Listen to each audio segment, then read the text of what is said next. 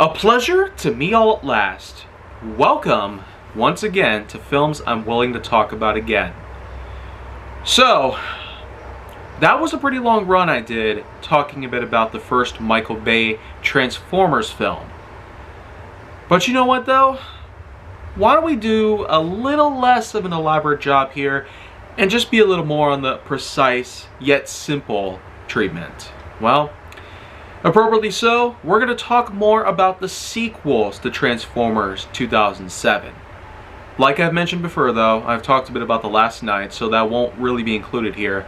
Although a quick mentioning of that film probably would suffice, but in due time at least. The second film that came along, unexpectedly so, was Transformers: Revenge of the Fallen. Yeah. Nobody would have realized that Michael Bay would have actually been able to not only make a Transformers film, but would actually go so far to create a sequel for it. And you know what? I was more or less on board with it at the time, because what else could we have expected? But one could probably imagine. How could this have gone down compared to the first? Well, unfortunately, this one does end up faltering. Quite a ways. Even more so than what the first film had given us. But yet it still did deliver in quite an epic way, not only as any sequel should, but also gives us further build-ups on the world, the character arcs, the plot lines, and even various other pieces that were also essential to the likes of Transformers lore. For instance, this does take place a while after the events of the first film. Possibly years, since Sam Witwicky, for instance, has gone from being a high schooler to now being a college student, fresh off of his first week there, as a matter of fact. He doesn't exactly do so well, though, in the field at first, because he apparently goes into a class where they talk a bit about various scientific databases. And the professor there was apparently allowing for the textbook alone to be one of Sam Witwicky's prime things. There's apparently a series of delusions that are taking place in Sam's mind, but little do they realize, well, this apparently becomes another step into understanding the connectivity between Sam Witwicky and the Transformers race entirely. But this doesn't entirely give way, at least not for a little while, just as it has been, rather than flat out explaining to us right at the very get-go. It does make sense, at least knowing the fact that we would want at least some suspense built up, some thrills put together, not only with the likes of human drama that takes place, but also with the Transformers themselves, the Autobots and Decepticons, having all sorts of reasons to want to go at each other's throats. And speaking of the Transformers, it's pretty much another day in the office for them. They're essentially working with the United States government, various military officials including a General Morshower, as well as a Major Lennox. If you remember them from the first film, then well, the thing is, with the likes of Josh Duhamel as Lennox, he himself practically becomes a bit of a star. He was, after all, responsible for defeating the likes of Blackout with a freaking grenade launcher. I mean, he slides underneath him and shoots him to death with grenades. If you ask me, that's actually rather impressive, though most people would probably feel a bit insulted by it. Knowing that most hardcore fans of the Transformers franchise would probably feel a bit insulted knowing the fact that these giant robots were taken down by human weapons. I mean, when it comes to, let's say, G1, it's a rather difficult process for people to try and take down Decepticons because they have the firepower to destroy entire armies worth with them. At least by human standards. Meanwhile, for other Transformers, that's when they have a bit of a problem. But here, though, it tends to be more or less the opposite. They could easily handle the likes of the Transformers because, well, I probably won't get into this right now, but it does at least become an important component later on. Well, in this instance, though, live-action Transformers, what happens? Lennox takes down an entire Decepticon with just a few grenades. So, that alone technically was a bit of a flag. to take up on. Any hardcore fan of the Transformers franchise would just assume everything would have been over and done with. But no, because it made so much money in the box office at the time, and adjusting for inflation today, that is a lot of money, both for the budget and the box office results. But 17 years after that very point, who would have thought? It would have been more than a franchise in and of itself, despite only being little more than a continuity. Because this is live action Transformers. More or less a thing that we've put together in 4 different films, plus a 5th film that everybody hated really badly, and then a 6th film which had Travis Knight rather than Michael Bay at the helm, giving us a prequel that took place a while before the events of the first Michael Bay film, and then came along a prequel sequel which centered more on the Beast Wars, appropriately so, and now we're apparently going to have more of an origin story to the Transformers franchise, done in the likes of live action. So, am I excited for this one? Probably not, but I'm more or less open to what it could possibly offer. Anyways though, back to Revenge of the Fallen.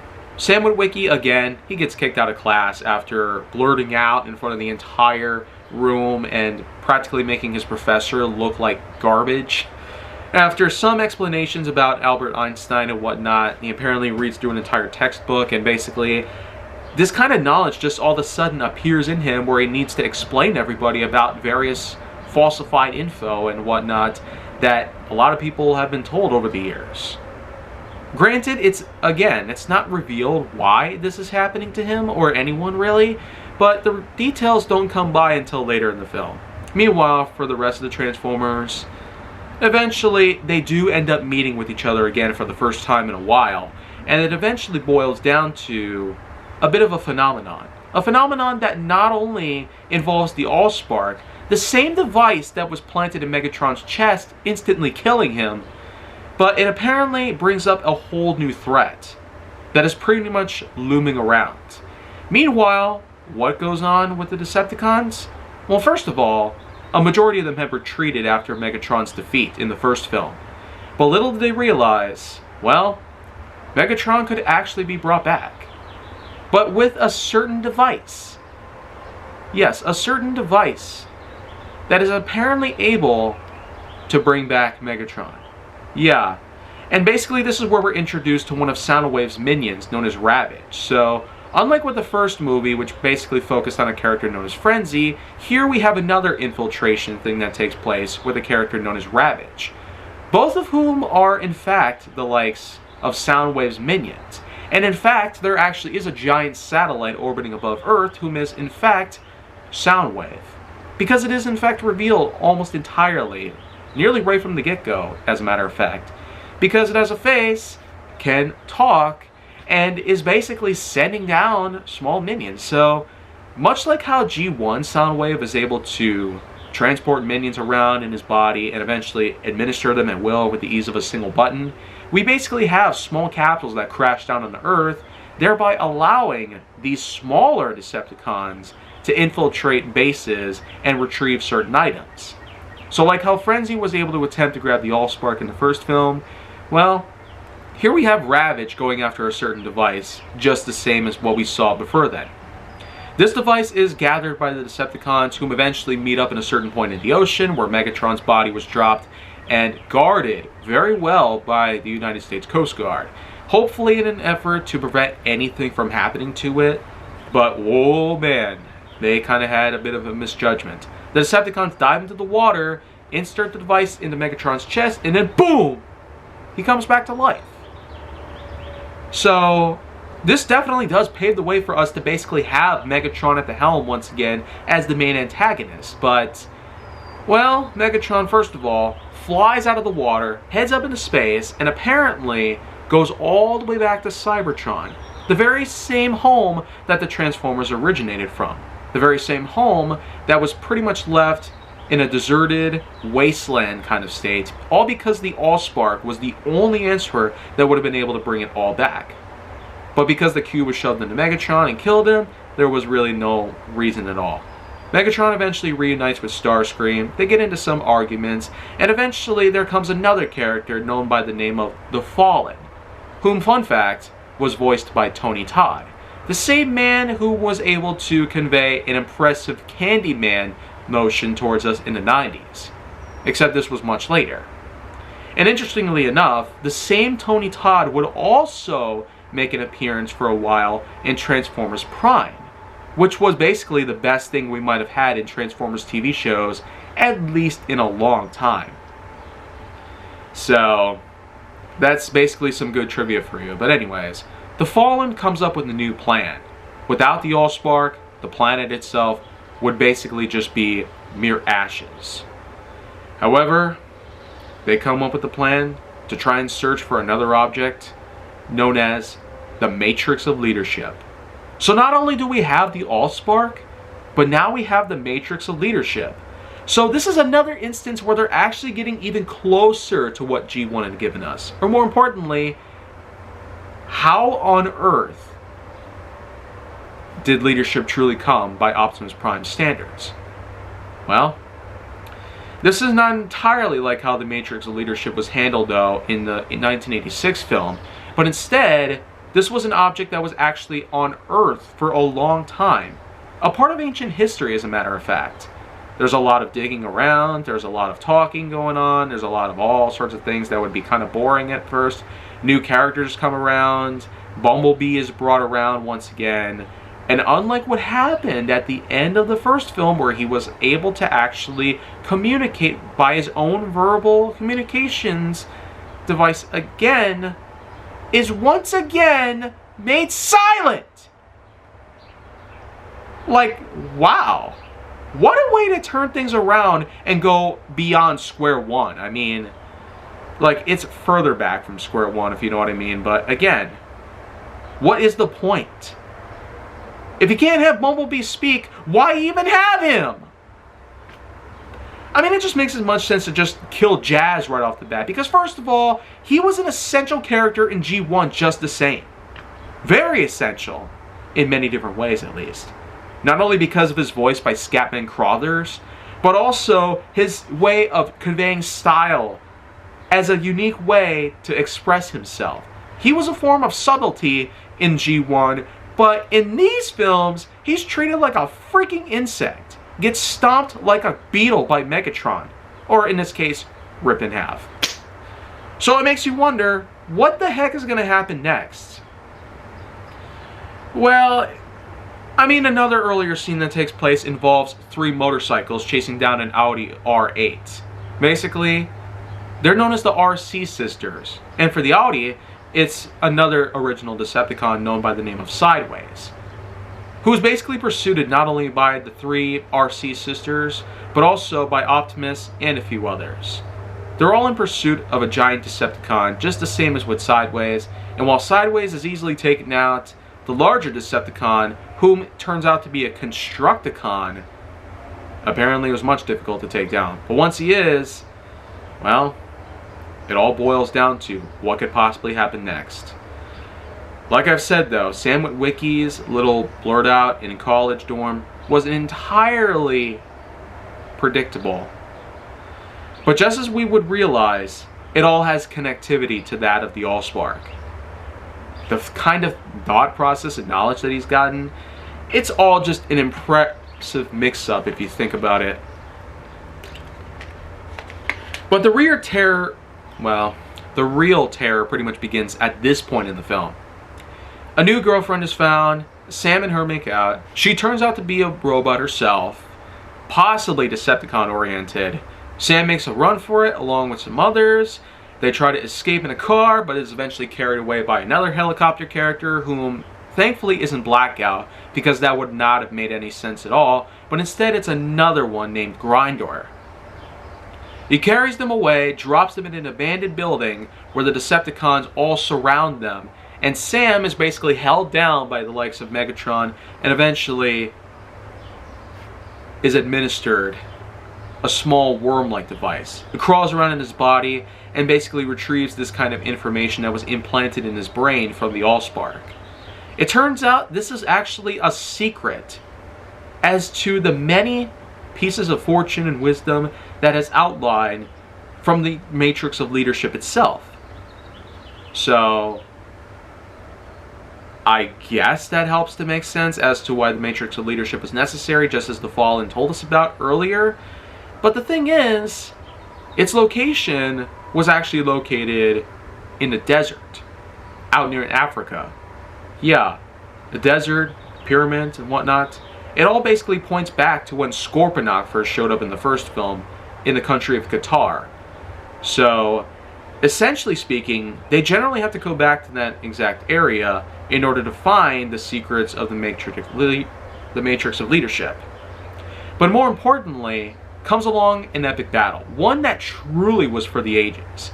It was ultimately the second time that, at least with the Peter Cullen Optimus Prime, believe it or not, a battle comes around. Grindor easily gets killed by Optimus, but against Starscream and Megatron, while Sam was able to escape and watch from a short distance, unfortunately, Optimus gets overpowered, and believe it or not, he gets stabbed and shot and dies!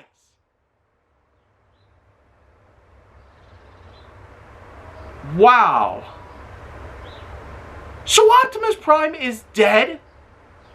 My goodness. I never would have imagined 15 years I still would have been this emotionally distraught. But my gosh. He just kills the main character right there.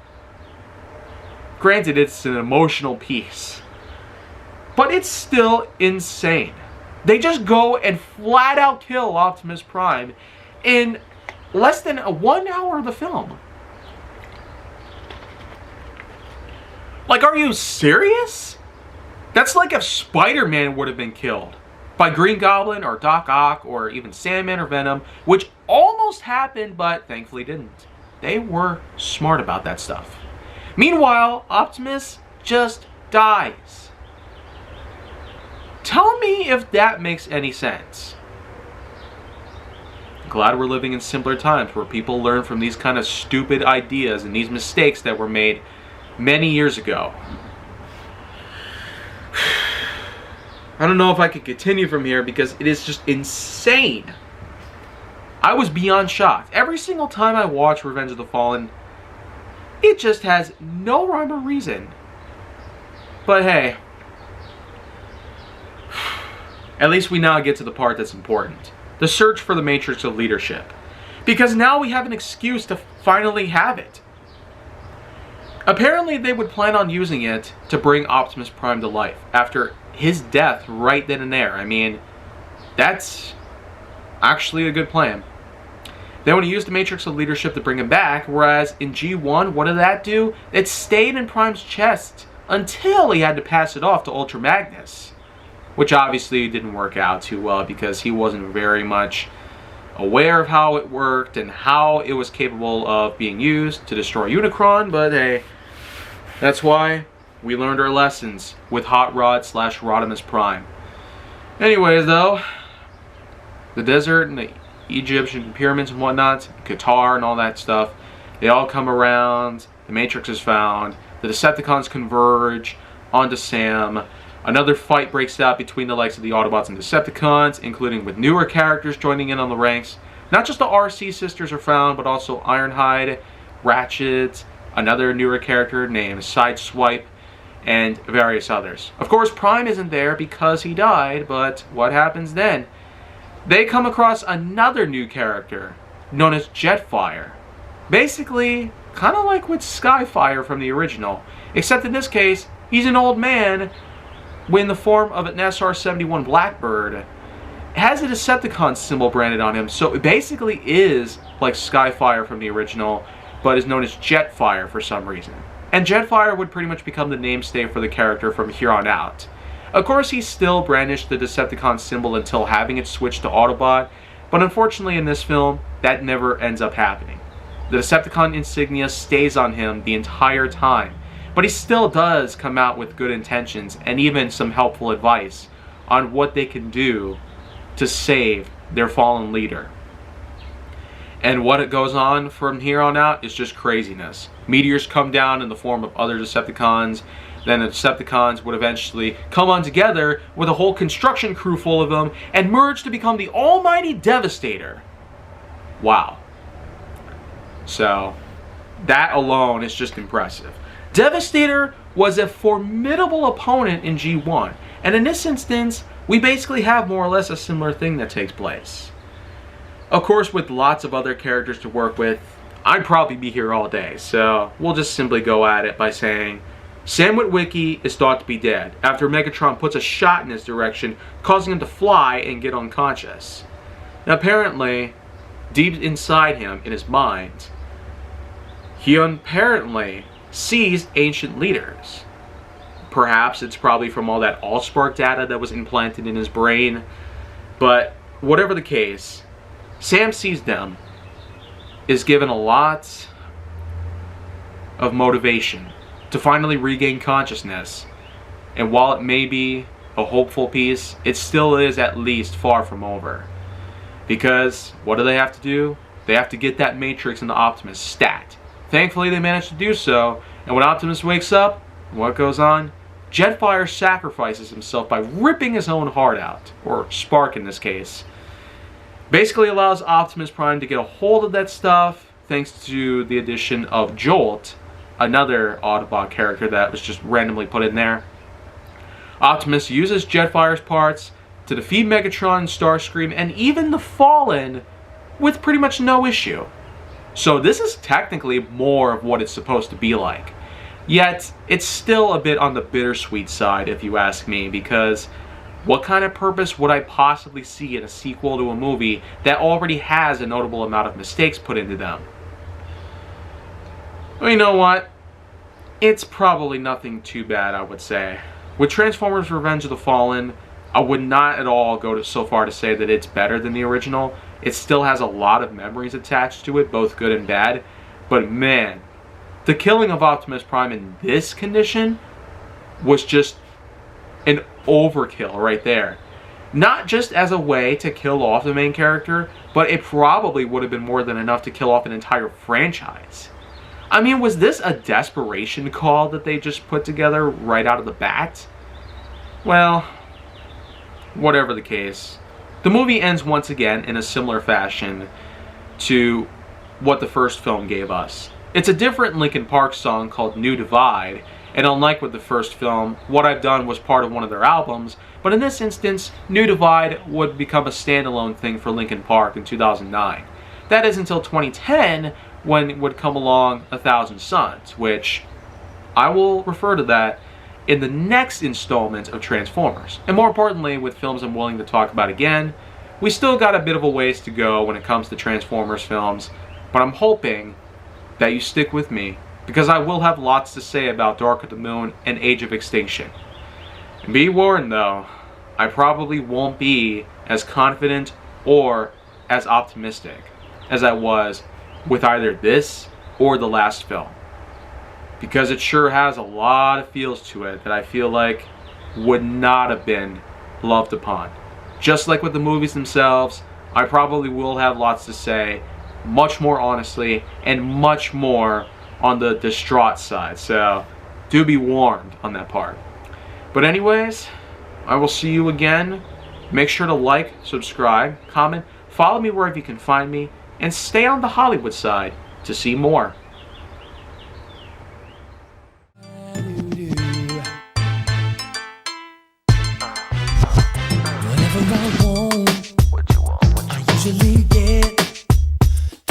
I want you, but I don't have you yet. I ain't got no tricks to be playing on you.